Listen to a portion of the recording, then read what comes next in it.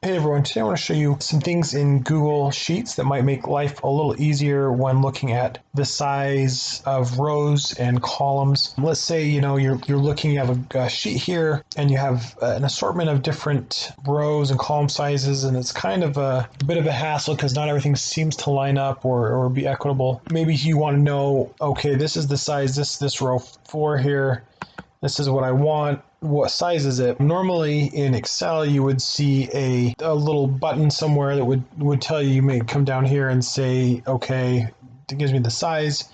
Or if you were to right click, you'd get a size. Unfortunately, in Google Sheets, that's not the case. There's not really an easy way around it. There's a couple things we can get to. We're going to get to in a second to change the size. One thing that I would recommend if you want to look at the size is you can right click and then go down to resize row. And that is the best way I would recommend. I'm aware of how to know the size, the height of this row. So currently, however big the text is in your row, let's say you have a lot of text and it's multiple rows, it's going to fit to that specifically. But let's say we want to specify a row height. We only want to do 15 pixels here. So we'll just go ahead and enter that, hit OK, and you'll see it shifted down a little bit. It's a little bit smaller than some of these other ones here. We'll hit Control Z and it'll just go back to what it was. So that's one way. It's kind of the same thing. Let's say this column's really wide. We can right click on that and we can go to resize column. And it's going to do the same thing. How wide do you want the column to be?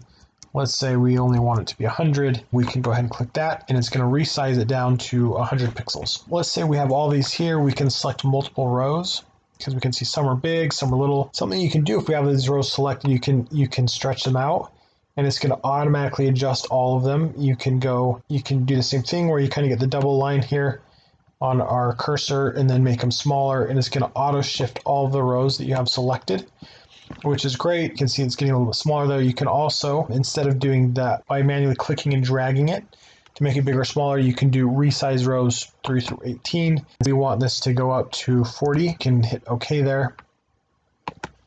And it's going to automatically adjust all of the different row sizes to whatever size you want it to be. So that's an easy way to go about it if you don't want to do it the manual click and drag way, but that is an easy way to do it as well if you want to do everything at the same time. Hopefully this was helpful. And remember, if you do want to see that size, that would be my recommendation, is to go and look at the resize. Please remember to like and subscribe to the Excel Guy, and have a great day.